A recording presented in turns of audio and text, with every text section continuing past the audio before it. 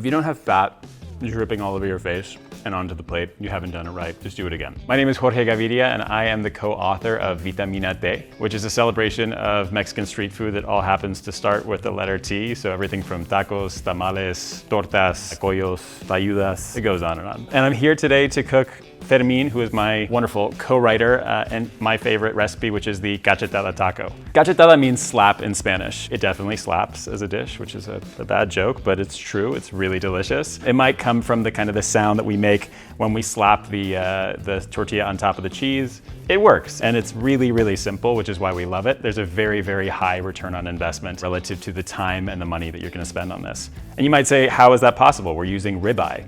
We're using super, super thinly sliced ribeye today, so it's gonna really help stretch what's normally a really expensive cut, especially in today's times where beef is so expensive. You're gonna really feel luxurious, but without kind of the hangover that you would normally get from eating and committing to an entire steak. First thing I'm gonna do is I'm gonna get my onions going. Fun fact about my co-writer, Fermin Nunez, who is the chef and owner of a restaurant called Suerte and also Este in Austin, is that he doesn't believe in white onions in Mexican cooking, which is a really hot take. I know the entire studio just gasped when I said that. He feels like they're really, really pungent, and if you have to soften a white onion, why use it at all? We're going with a yellow onion today. We'll be cooking it, and we're not gonna go for kind of like a jammy caramelized onion. We're gonna get a little bit of color on it.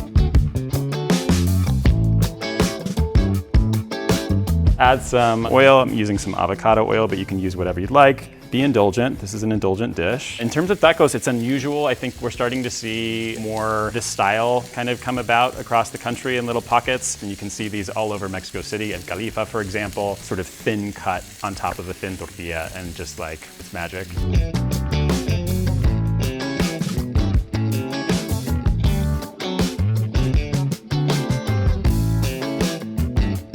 We are going to heat up a tortilla real quick. I'm using a flour tortilla that has some lard in it. You can see it's beautiful, it's translucent, it's sort of a Sonora style tortilla. And I'm gonna just heat this up a bit here in this skillet. I'm not gonna add any fat because it's fat enough as it is.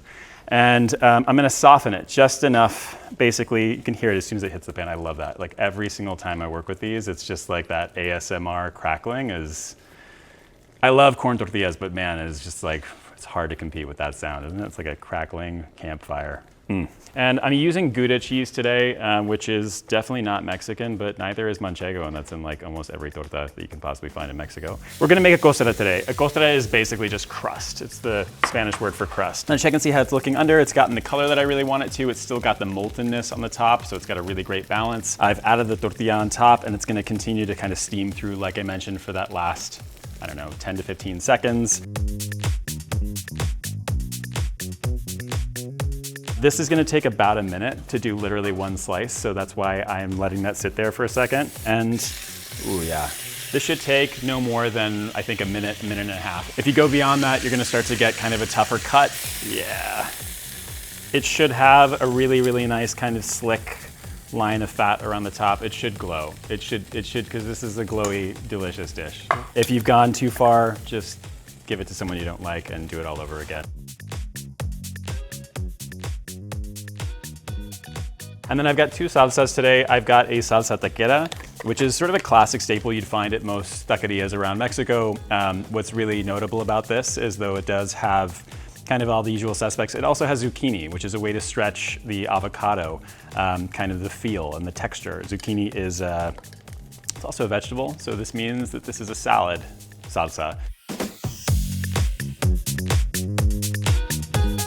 And I love doing double condiments because I think that's the most fun part about Mexican cooking. It's just condiments are like the excuse to cook. This is a salsa de árbol. It's a little bit higher heat, and it also has some sweetness to it from bell peppers, which is an unusual combination, but one that works really, really well. Do this over the top as well. Yeah, also color, the rainbow, taste the rainbow, it's so good. And that's it.